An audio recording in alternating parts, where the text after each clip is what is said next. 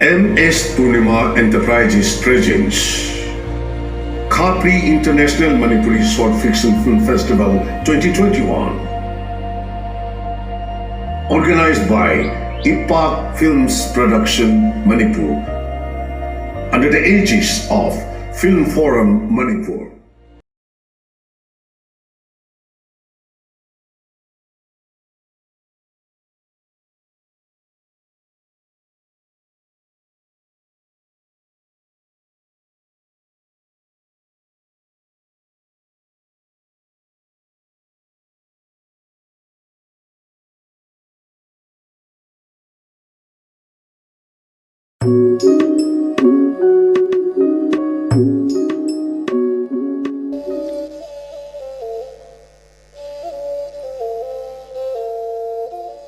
ꯑꯩꯅ ꯃꯇꯝꯗꯨꯗ ꯍꯔꯥꯎ ꯅꯨꯡꯉꯥꯏꯕꯅ ꯍꯦꯜꯂꯤ ꯈꯟꯗꯨꯅ ꯆꯠꯂꯨꯕꯅ ꯉꯁꯤ ꯑꯩꯅ ꯃꯔꯝ ꯑꯣꯏꯗꯨꯅ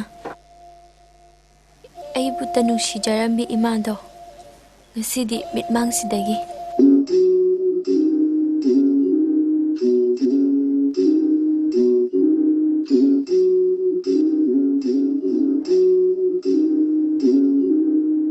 ꯑꯩꯅ ꯉꯁꯥꯏꯗꯒꯤ ꯍꯥꯏꯔꯤꯕ ꯋꯥꯁꯦ ꯇꯥꯕꯣꯏ ꯇꯥꯗꯕꯣꯏ ꯅꯪꯕꯨ ꯀꯔꯝ ꯊꯣꯛꯂꯒꯗ꯭ꯔꯥ? ꯏꯄꯥ ꯏꯄꯨꯅ ꯐꯩ ꯐꯠꯇꯦ ꯍꯥꯏꯅ ꯂꯝ ꯊꯝꯂꯝꯂꯤꯕ ꯑꯁꯦ ꯏꯁꯥꯒꯤ ꯑꯅꯥ ꯑꯌꯦꯛ ꯃꯌꯥꯝꯁꯨ ꯂꯥꯞꯅ ꯂꯩꯔꯤꯕꯅꯤ. ꯍꯧꯖꯤꯛꯀꯤ ꯆꯠꯅꯕꯅꯦ ꯍꯥꯏꯅ ꯇꯧꯔꯤꯕꯁꯦ ꯏꯃꯥꯗꯤ ꯄꯥꯝꯗꯦ. ꯏꯃꯥ ꯇꯥꯅꯤꯡꯗꯦ. ꯇꯥꯅꯤꯡꯗ꯭ꯔꯁꯨ ꯇꯥꯒꯗꯕ. ꯏꯄꯥ ꯏꯄꯨꯒꯤ ꯀꯥꯡꯂꯣꯟ ꯀꯥꯎꯕ ꯌꯥꯗꯦ. ꯍꯣꯏ ꯊꯣꯛꯂꯛꯑꯦ. ꯑꯁ ꯀꯔꯝ ꯊꯣꯛꯂꯒꯗꯕ?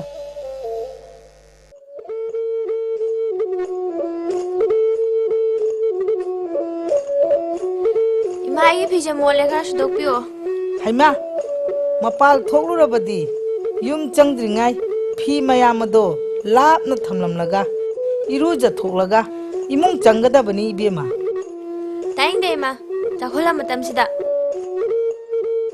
ꯍꯧꯖꯤꯛꯀꯤ ꯃꯈꯣꯏꯒꯤ ꯆꯥꯎꯈꯠꯂꯕ ꯃꯇꯝꯅꯤ ꯍꯥꯏꯅ ꯏꯃꯥꯗꯤ ꯄꯥꯝꯖꯈꯤꯗ꯭ꯔꯦ.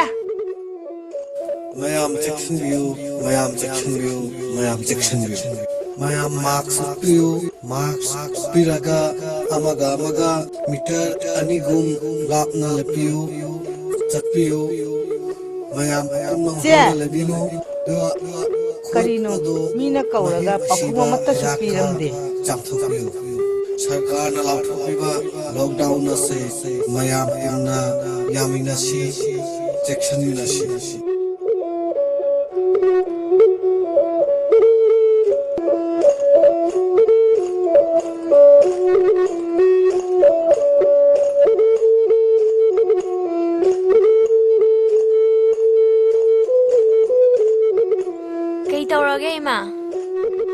이베마 능 ꯆꯠꯀꯗꯕ ꯂꯩꯔꯕꯁꯨ ꯊꯣꯛꯈ꯭ꯔꯅꯨ.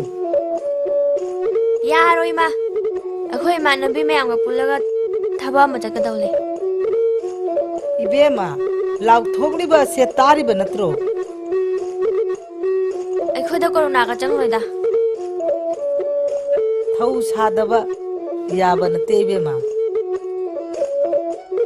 ꯇꯥꯅꯤꯡꯗꯦ ꯏꯃꯥ. 이베마 ꯆꯠꯈ꯭ꯔꯅꯨ. ꯌꯥꯔꯣꯏꯌꯦ ꯏꯃꯥ.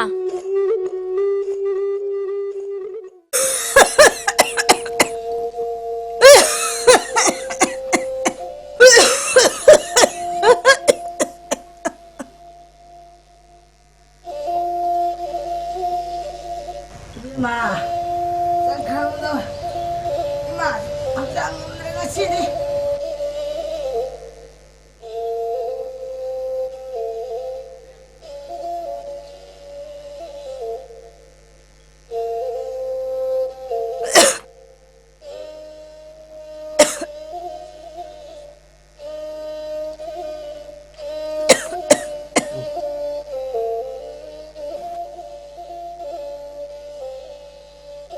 ꯏꯄꯥ ꯏꯄꯨꯅ ꯆꯠꯂꯝꯕ ꯀꯥꯡꯂꯣꯟ ꯑꯗꯨ ꯑꯩꯅ ꯃꯇꯝꯗꯨꯗ ꯆꯠꯂꯝꯂꯕ ꯉꯁꯤ ꯑꯩꯉꯣꯟꯗ ꯊꯣꯛꯂꯤꯕ ꯐꯤꯕꯝ ꯑꯁꯤ ꯊꯣꯛꯂꯝꯃꯣꯏꯗꯕꯅꯤ.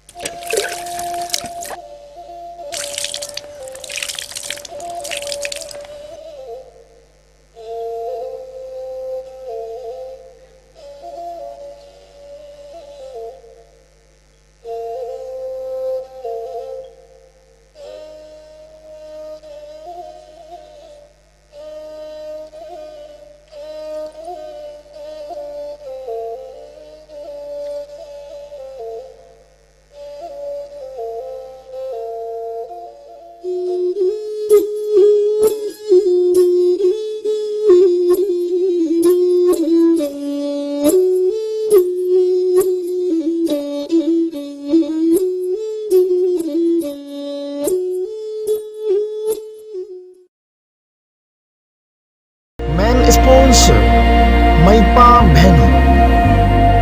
Sponsored by Oinam Romen. Co-sponsored by Eteen Computeriesed Eye Testing and Eye Care Center, Thoubal. And Northeast India Security Service Imphal. Online media partner IPAK Media.